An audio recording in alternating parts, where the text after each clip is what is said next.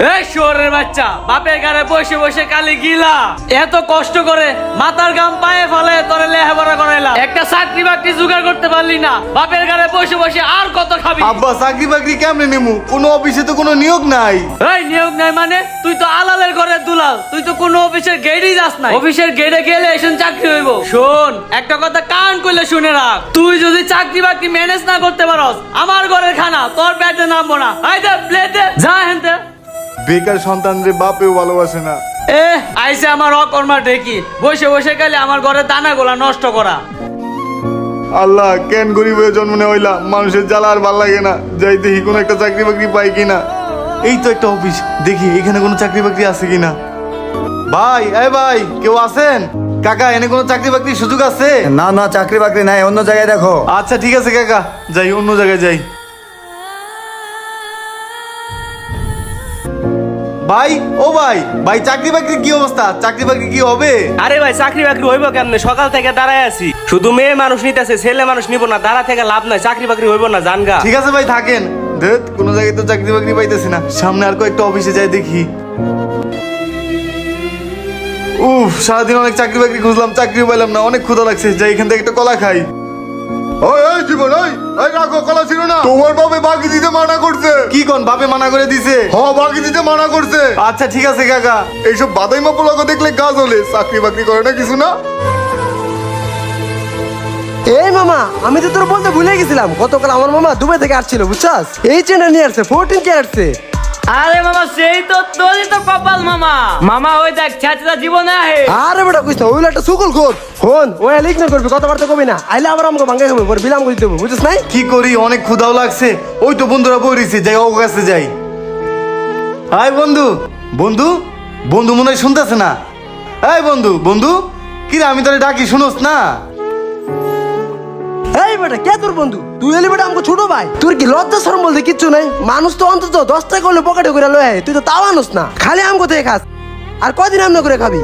আরে বেটা, বন্ধু হইতে একটা যোগ্যতা লাগে, ওই যোগ্যতা কি তোর আছে? তোর তো লজ্জা শরম বলতে কিছু নাই, সামনে থেকে সব। বন্ধু, আজকে টাকা পয়সা নাই দেখে এইভাবে অবহেলা করতেছস? ও বাপ মায়ের টাকা আছে, ভালো অবস্থান আছে, আজকে আমার ভালো অবস্থান নাই, টাকা পয়সা নাই, এর লেগে আমার লগে এমন করতেছস? শোন, একদিন আমারও দিন ঘুরবো, আর তোকে ব্যবহার আমার সারা জীবন মনে থাকবো। তুরে দেখলাম আমার সর চুলকে, যা সর। তোর খারাপ অবস্থান কোনোদিন ভালো হইবে না, হালা ফকির নিয়ে।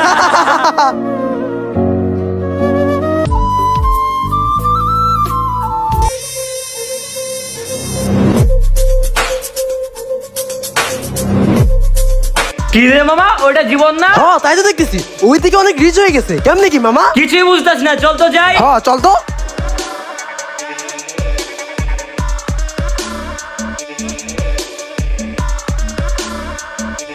হে মাই দোস্ত জীবন, তুই তো অনেক চেঞ্জ হয়ে গেছিস। বাই দ্য ওয়ে মামা, চিপস খা। আরে নে।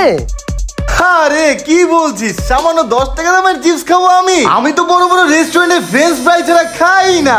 আর তোদের গেট আপ জীবনে চেঞ্জ হইলো না। আর দেখ আমার চেঞ্জ আপ, দেখ সবকিছুই আপডেট, বুঝিস নি? আর দাঁড়া, চিপস খাচ্ছিস তো, গরিব মানুষ, তোদের আবার এত টাকা দিলে লোভ সামলাতে পারবি তো? আচ্ছা দাঁড়া, তোকে এক বান্ডিল দিলাম, তোকে এক বান্ডিল দিলাম। রেস্টুরেন্টে গিয়ে একটু ভালো মন্দ খেয়ে নিস। ভালো মন্দ তো খাস না। আইফোন কিনেছিস, আইফোনও তো কিনতে পারবি না, আইফোনও কিনে নিস পারলে। থাক, আমি যাই। কেমনে কি রে মামা? বাবা, বাবা, গুলামের পুত আবার আইছে। আরে ওই দি বাইক নিয়ে এসে, নিশ্চয় চাকরি বাকরি পাইছে।